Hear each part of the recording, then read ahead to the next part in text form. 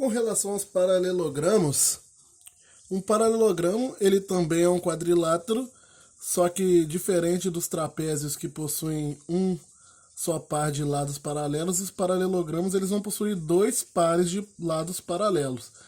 Todos os paralelogramos vão possuir essa característica. Na verdade, mais do que isso, ele vai possuir dois pares de lados paralelos e iguais. Então eu tenho aqui esse lado AB igual ao lado CD, o lado AD é igual ao lado BC. Então todo paralelogramo ele tem essa característica e por ter essas características ele vai ganhar algumas propriedades aqui. Aqui estão a propriedade dos lados da própria definição, né? Dos lados AB e CD ser paralelo e do lado AD e BC serem paralelos. Mas por causa disso, o que vai acontecer?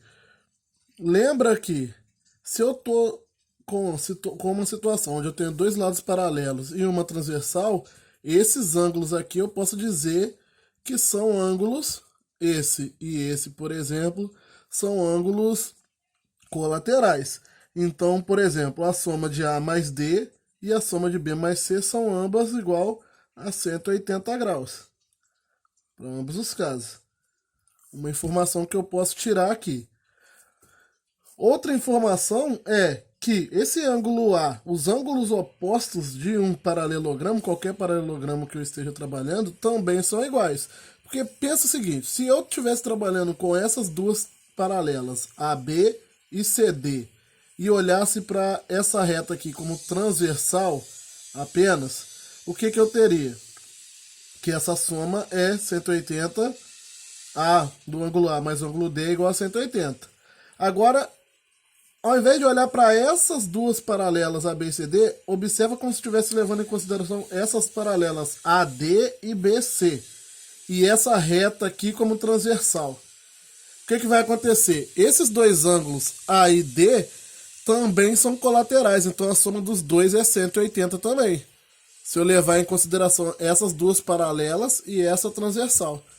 Você estaria pensando nessa situação aqui, ó, duas paralelas aqui e uma transversal. Então esse ângulo é colateral desse. Ok? Agora, levando em consideração essas duas paralelas e essa transversal, esse ângulo, essas duas paralelas e essa transversal, esse ângulo é colateral desse, ok? Então, para essas duas paralelas, esses dois ângulos são colaterais. Para essas duas paralelas, esses dois ângulos são colaterais. Ou seja, a soma desse com esse é 180 e desse com esse também é. O A mais D é 180, assim como o A mais B também é 180. Então, obrigatoriamente, como o A é o mesmo ângulo, o B tem que ser igual ao D. Então, B igual a D. E com um raciocínio análogo, eu consigo chegar à conclusão que o B é igual a D e que o A é igual ao C. Essa seria mais uma das propriedades dos paralelogramos. Além disso, eu tenho uma característica também dos paralelogramos que as diagonais AC e BD, elas vão se cruzar no ponto médio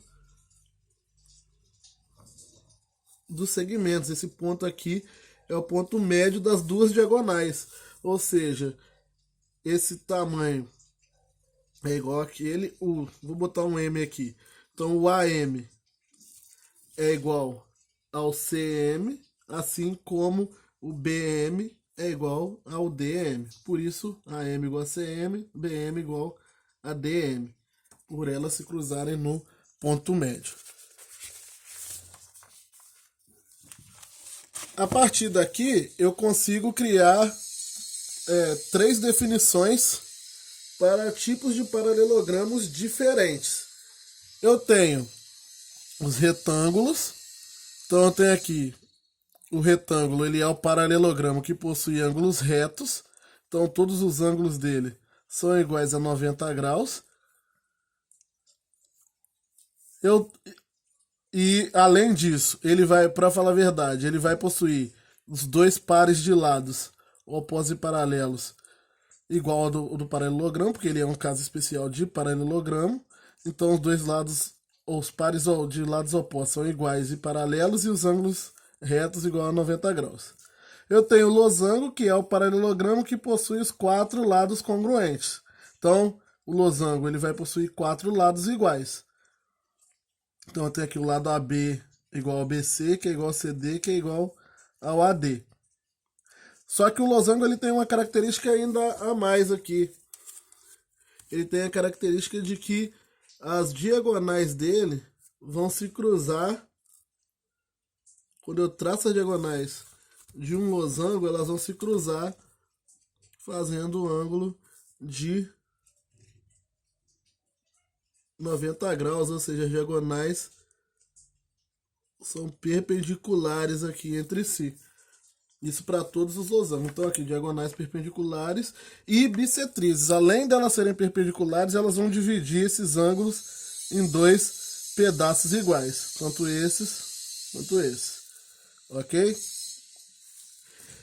E o quadrado, que ele é o caso com mais particularidade de todos, é o paralelogramo que possui todos os lados iguais e todos os ângulos retos. Ou seja, o quadrado ele é um losango e também é um retângulo. Então, todo quadrado ele é um losango, porque tem todos os lados iguais. E todo quadrado ele é um retângulo, porque tem todos os ângulos iguais a 90. Agora, cuidado. Nem todo retângulo é um quadrado, nem todo losango é um quadrado. É uma brincadeirinha que eles gostam de fazer em problemas e exercício de prova. Perguntar, todo quadrado é retângulo? É, porque para ser retângulo basta ter os ângulos iguais a 90. Todo quadrado é losango? Sim, porque para ser losango basta ter os lados iguais, e o quadrado tem os lados iguais. Agora, todo losango é um quadrado? Não. Por quê? Porque para ser losango precisa ter os ângulos iguais. E precisa ter os ângulos iguais a 90, e nem todo losango vai ter os ângulos iguais a 90. Todos os retângulos são quadrado? Também não. Porque para ser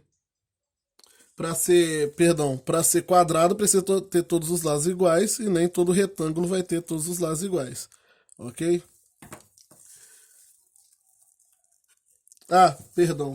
Mais uma coisa que os quadrados ganham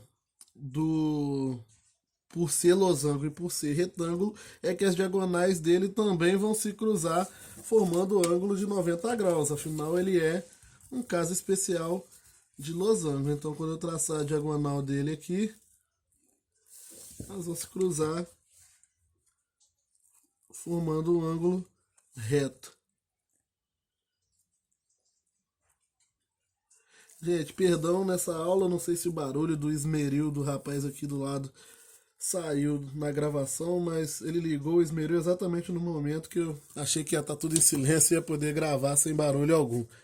Até me atrapalhou um pouco aqui, me embolei, mas desculpa aí.